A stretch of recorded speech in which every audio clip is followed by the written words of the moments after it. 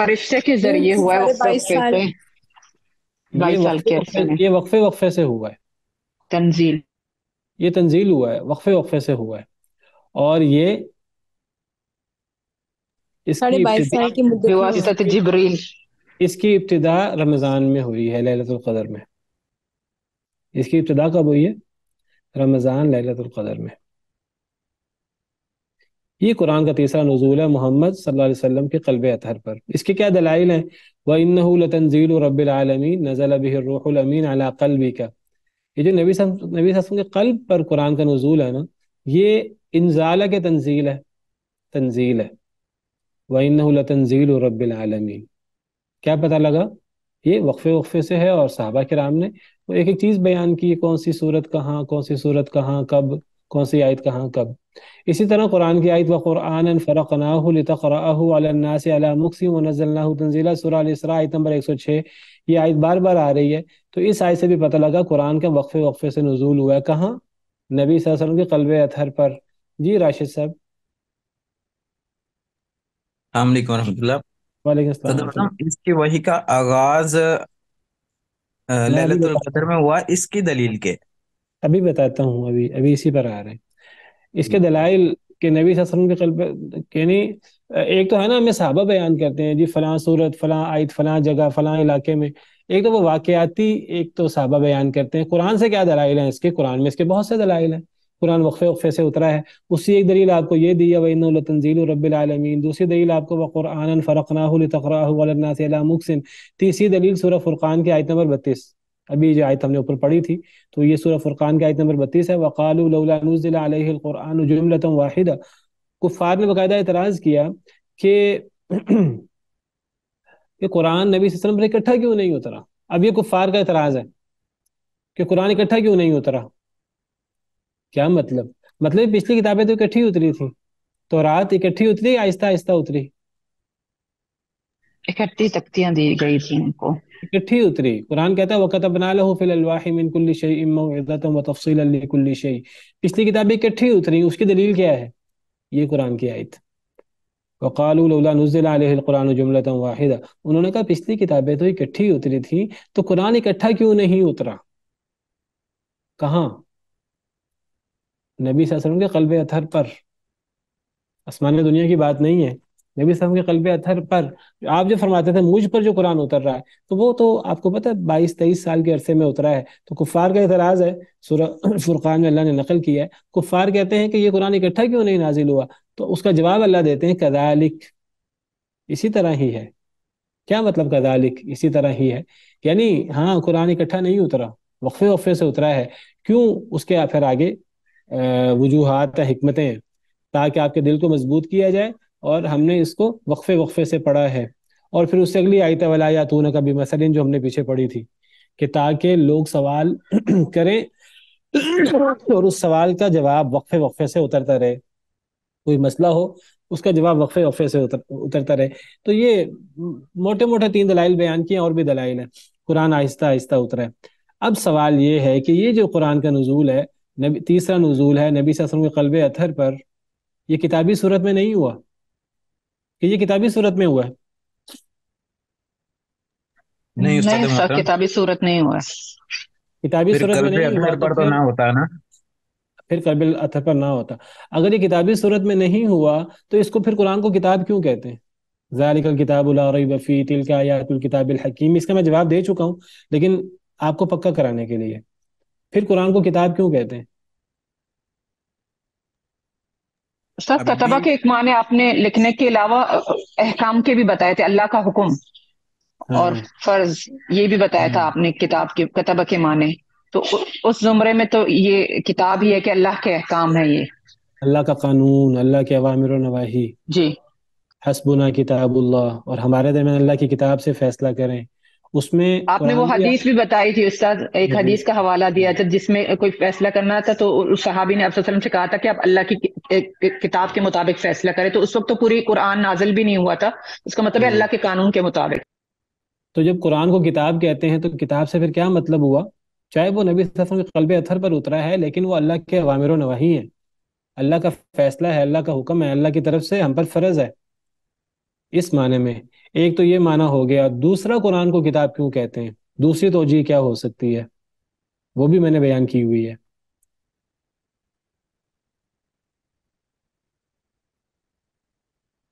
یہ ساری چیزیں ہم نے پڑھی ہوئی ہیں. آپ یہ سب چیزیں ساتھ نوٹ کرتے رہیں. یہ چیزیں آپ کو یعنی بہت زیادہ ملیں گی نہیں, عام معروف نہیں ہے, لیکن ہمیں چیزیں پتہ ہونی چاہیے, بنیادی باتیں قرآن کے حوالے سے. ہاں جی, قرآن کو کتاب کیوں کہتے ہیں؟ کتاب کا کتاب ایک کا معنی, معنی آپ نے جمع کیا ہوا بھی بتایا تھا، جمع کی ہاں ہوئی چیز. کتاب بمعنی مکتوب بمعنی مجموع. تو اس میں کیا جمع ہے؟ اس میں اللہ تعالیٰ کی آیات اور نشانیاں احکامات. اور احکامات سارے کو جمع کیا ہوا ہے. حکمت اور نشانیاں اور معجزات اور بینات, اور اللہ کو پتہ کیا کیا چیزیں اس میں. تو مکتوب, کتاب بمعنی مکتوب بمعنی مجموع. اس میں صورتیں آیات جمع ہیں, اس میں حکمتیں, اور اس میں فصاحت و بلاغت, اور اس میں کیا کچھ موجود ہے اللہ کو پتہ. اچھا, تو بہرحال بات یہ ہو رہی تھی, ٹھیک ہے. تو تیسرا نزول جو ہے وہ ہے نبی صلی اللہ علیہ وسلم کے قلب اطہر پر, اور یہ وقفے وقفے سے ہوا ہے, یہ اکٹھا نہیں ہوا. اب جب وقفے وقفے سے ہوا ہے پھر تو نزول کی بات ختم ہو گئی نا, نزول کب ہوا. لیکن اس میں پھر یہ سوال پیدا ہوگا کہ اس کی ابتدا کب ہوئی, اس کی ابتدا کب ہوئی. تو اس کی ابتدا وہی رمضان لیلۃ القدر میں ہوئی ہے. اس کی ابتدا کب ہوئی ہے؟ رمضان میں, لیلۃ القدر میں. اس کی دلیل کیا ہے؟ اس کی دلیل یہی آیات ہے, انا انزلناہ فی لیلۃ القدر انا انزلناہ فی لیلۃ مبارکہ ان شہر رمضان الذی انزل فیہ القرآن. ان آیات سے علماء نے یہ بھی استدلال کیا ہے کہ قرآن کریم کا اکٹھا نزول آسمان دنیا میں لیلۃ القدر میں ہوا ہے, بیت العزت میں. اور ان آیات سے علماء نے یہ بھی استدلال کیا ہے کہ قرآن کے نزول کی ابتدا رمضان میں لیلۃ القدر میں ہوئی ہے. امام عامر شابی بہت بڑے تابعی ہیں, اور ابن اسحاق مشہور جو سیرت نگار ہیں, جن کی مغازی ابن اسحاق ہے. سیرت کی مشہور کتاب سیرت ابن ہشام ہے, سب سے پرانی. سیرت ابن ہشام کا بھی اصل مصدر سیرت ابن اسحاق ہے, مغازی ابن اسحاق. تو امام عامر شابی 500 صحابہ کرام کے شاگرد ہیں. عامر شابی صحابہ کرام کے دور میں یہ جج تھے, قاضی تھے, قاضی شرح اور قاضی عامر شابی بہت بڑے امام, بہت بڑے تابعی. اور محمد بن اسحاق وہ فرماتے ہیں دونوں, فابتدأ رسول اللہ صلی اللہ علیہ وسلم بالتنزیل فی شہر رمضان. فرماتے ہیں کہ نبی کریم صلی اللہ علیہ وسلم پر تنزیل کی ابتدا, تنزیل ہے تو ابتدا ہوگی, انزال ہے تو پورا اترنا مراد ہوگا. تو تنزیل کی ابتدا نبی صلی اللہ علیہ وسلم پر کب ہوئی؟ رمضان کے مہینے میں. یہ مغازی ابن اسحاق میں موجود ہے. عامر شابی بھی فرماتے ہیں کہ نبی صلی اللہ علیہ وسلم پر یعنی آپ کے قلب اطہر پر قرآن کے وقفے وقفے سے اترنے کی ابتدا یعنی غار حرا میں جو وحی آئی تھی پہلی, وہ رمضان کا مہینہ تھا, اور وہ لیلۃ القدر کی رات تھی.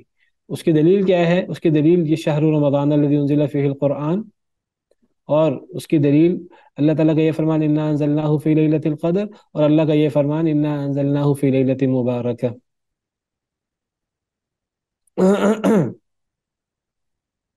اس سے قرآن کا آسمان دنیا میں پہ نزول یکبارگی وہ بھی ثابت ہوتا ہے, اور اس سے قرآن کے نزول کی ابتدا بھی ثابت ہوتی ہے. اصل میں آپ کو یاد ہوگا پچھلے لیکچر میں نے ایک بات کی تھی, میں نے کہا تھا تنزیل کا معنی وقفے وقفے سے اتارنا ہوتا ہے. انزال کا معنی کیا ہوتا ہے؟ 2 معنی آپ بتائے تھے آپ نے, ایک تو یکبارگی ہاں, کرنا, اور دوسرے معنی جو تنزیل کا ہے وہ بھی اس میں آتا ہے. وہ بھی ہو سکتا ہے, کیونکہ نبی صلی اللہ علیہ وسلم پر قرآن کے نزول کے لیے انزال کا لفظ استعمال ہوا ہے, حالانکہ نبی صلی اللہ علیہ وسلم پر قرآن اکٹھا نہیں اترا بالاجماع. آپ کہیں کہ نہیں جی وہ قرآن میں جہاں بھی انزلنا ہوا اس سے آسمان دنیا مراد ہے, حضرت ابن عباس کی تفسیر کے مطابق, اور قرآن میں جہاں بھی تنزیل ہے اس سے نبی صلی اللہ علیہ وسلم پر قرآن کا اترنا مراد ہے. ایسے نہیں ہے. قرآن کی ایسی آیات بھی ہیں جس پہ صراحت ہے کہ قرآن نبی صلی اللہ علیہ وسلم پر اترا ہے, اور وہاں لفظ تنزیل نہیں, لفظ انزال ہے. ان آیات سے بعض علماء نے انا انزلناہ فی لیلۃ القدر وغیرہ شہر رمضان الذی انزل فیہ القرآن سے نبی صلی اللہ علیہ وسلم پر قرآن کا نزول بھی, اس کی ابتدا بھی مراد لی ہے. اور اس کی کیا دلیل ہے کہ انزال وقفے وقفے سے اترنے کے معنی میں بھی استعمال ہوتا ہے؟ اس کی دلیل میں نے ذکر کی تھی پچھلے لیکچر میں، اگر آپ کو یاد ہو تو، کہ انزال کا مطلب بھی وقفے وقفے سے اتارنا ہو سکتا ہے۔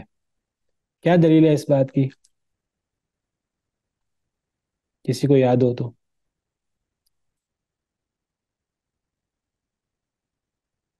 سورہ کہف کی پہلی آیت، الحمد للہ الذی انزل، یہاں سے انزل کیسے علی پتا لگا عبدہ یہ کون سا نزول ہے؟ بمانے اب تنزیل، یہاں پہ علی عبد ہی آ رہا ہے ساتھ، تو پھر یہ وہ والا تو بمانے نہیں ہوگا تنزیل، ایک بار بھی نازل ہوا ہے۔ یہ تیسرا نزول ہے۔ الحمد جی للہ الذی انزل علی عبدہ الکتاب ولم یجعل له عوجا، تو یہ کون سا نزول ہے؟ لوح محفوظ والا، یا آسمان دنیا والا، یا نبی صلی اللہ علیہ وسلم کے قلب اطہر والا؟ قلب اطہر والا، نبی صلی قلب اللہ نبی علیہ صلی اطہر اللہ وسلم علیہ والا، وسلم کی۔ کیونکہ اس میں کی صراحت آ گئی علی عبدہ، اور عبدہ سے مراد نبی صلی اللہ علیہ وسلم ہے، اور نبی صلی اللہ علیہ وسلم پر قرآن کا نزول اکٹھا نہیں اترا، اکٹھا نہیں ہوا، وہ تو وقفے وقفے سے ہوا ہے۔ تو یہاں انزلہ کس معنی میں ہوا؟ بمانے تنزیل، ہمارا تنزیل ہوا۔ تو اس سے کئی علماء نے یہ بھی استدلال کیا ہے کہ نبی صلی اللہ علیہ وسلم پر قرآن کے نزول کی ابتدا، اور آپ کے ذہن میں بھی یہی ہوگا، مشہور یہی ہے کہ نبی صلی اللہ علیہ وسلم پر قرآن کے نزول کی ابتدا رمضان میں ہوئی ہے، لیلۃ القدر میں، واضح ہے۔ لیکن یہ استاد قرآن کریم اکٹھا جو اترا ہے وہ بھی رمضان میں ہوا ہے، لیلۃ القدر میں۔ اب اللہ کو بہتر پتہ ہے، محسوس یہ ہوتا ہے واللہ عالم کہ قرآن جو اکٹھا اترا ہے آسمان دنیا میں، بیت العزت میں، وہ رمضان میں لیلۃ القدر میں ہوا ہے، اور شاید وہیں سے پہلی وہی حضرت جبریل لے کر ساتھ ہی اتر آئے غار حرا میں، جو قرآن کے نزول کی، نبی صلی اللہ علیہ وسلم کے قلب اطہر پر قرآن کے نزول کی ابتدا ہے، وہ بھی اس کے ساتھ ہو گئی۔ یہ اللہ کو پتہ ہے، کیونکہ صراحت کے ساتھ یہ بات کہنا مشکل ہے، واللہ عالم۔ اچھا، نبی صلی اللہ علیہ وسلم پر قرآن کے نزول کی ابتدا کب ہوئی؟ تو یہ رمضان تھا، اور لیلۃ القدر تھی۔ لیلۃ القدر 21ویں، 23ویں، 25ویں، 27ویں، 29ویں رات ہو سکتی ہے۔ یہ کون سی رات تھی؟ یہ 25ویں رات تھی۔ کون سی رات تھی؟ 25ویں۔ 25، اس سال لیلۃ القدر 25ویں رات کو تھی۔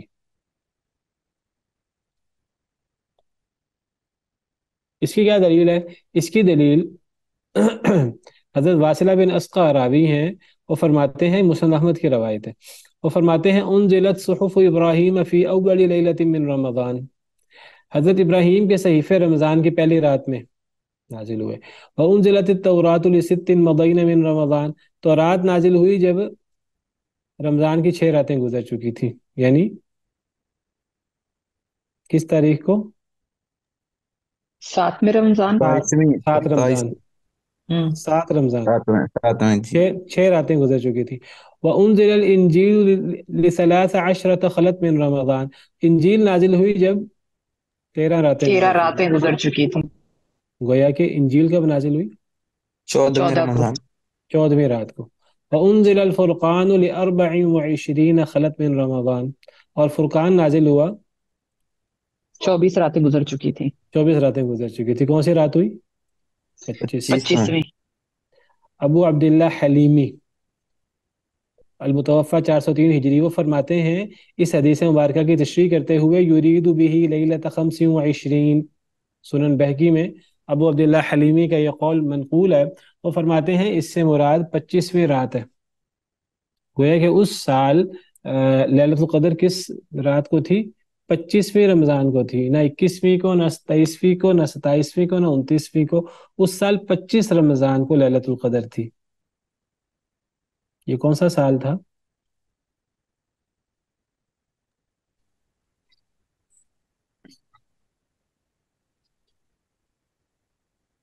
کون سا سن تھا یہ؟ استاد سوال کیا تھا، میں سن نہیں سکی؟ میں کہہ رہا ہوں کون سا سن تھا، کون سا سال تھا یہ؟ اس سال لیلۃ القدر 25ویں رمضان کو تھی، تو یہ کون سا سال تھا؟ اس دور میں سال، عرب لوگ باقاعدہ سالوں کی گنتی نہیں کرتے تھے، ان کے ہاں کوئی تقویم، کوئی کیلنڈر نہیں تھا، تو وہ کیا کرتے تھے سالوں کی شمار کے لیے؟ کوئی واقعہ جو مشہور ہوتا ہے نا اس حوالے سے کہ اس کے بعد اتنے عرصے بعد، اس سے اتنے عرصے پہلے کوئی واقعہ اس سے وہ کر دیتے. تو اس دور کا مشہور ترین واقعہ کون سا تھا؟ جو ابرہہ نے حملہ کرنے کی کوشش کی تھی کعبے پہ. اس کو کیا کہتے ہیں؟ عام الفیل. عام الفیل. تو عام الفیل کو 40 سال گزر چکے تھے. نبی صلی اللہ علیہ وسلم عام الفیل اسی سال پیدا ہوئے، نبی کریم صلی اللہ علیہ وسلم. تو عام الفیل کو 40 سال گزر چکے تھے، آپ کی عمر مبارک 40 سال ہو چکی تھی.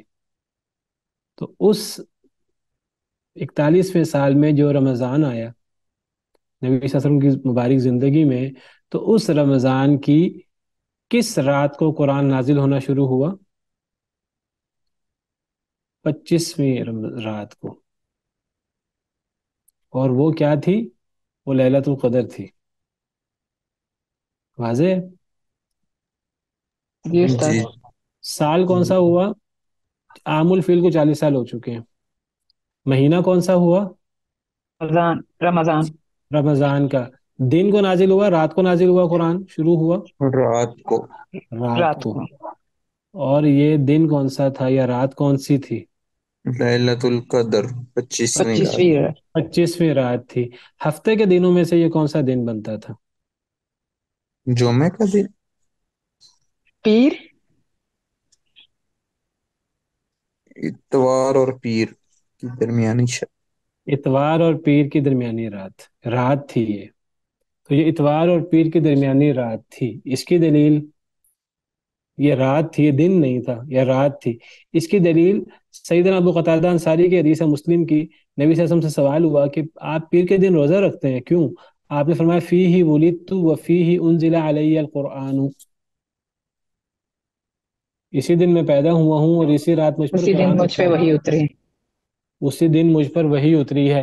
تو پیر کے دن وحی اتری کہ پیر کی رات وحی اتری؟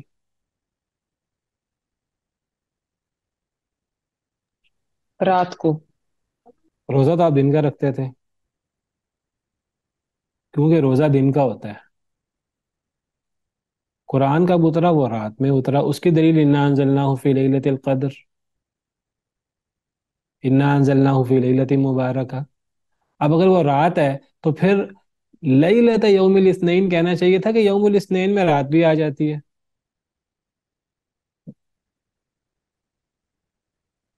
اگر یوم بولا جائے تو اس سے 24 گھنٹے مراد ہوتے ہیں. مغرب اس کے میں بعد دن سے بھی آ وقت شروع جاتا ہو ہے، رات جاتا بھی ہے. آ جاتی ہے. مغرب کے بعد سے وقت شروع ہو جاتا ہے. اب وہ رات تھی کہ دن تھا، اس کی تعیین دیگر دلائل سے ہوگی، دیگر قرائن سے ہوگی، اور دیگر قرائن موجود ہیں ہمارے پاس. یوم کا اطلاق کس پر ہوتا ہے؟ یوم کا اطلاق دن پر بھی ہوتا ہے، رات پر بھی ہوتا ہے. آپ کہیں گے یوم 24 تو دن گھنٹے کو کہتے ہیں، آپ تو کہیں گے یوم تو دن کو کہتے ہیں. میں کہتا ہوں نہیں، یوم کا اطلاق دن پر بھی ہوتا ہے، رات پر بھی ہوتا ہے. ایسے عام بھی ہم بولتے ہیں نا اتنے دن ہو گئے ہیں فلاں واقعے کو، تو اس میں وہ پورا دن اور رات شامل ہو رہے ہوتے ہیں نا. اچھا، اگر ہم یوم سے مراد دن لیں تو یوم کا متضاد کیا ہوگا؟ اس کا اپوزٹ کیا ہوگا؟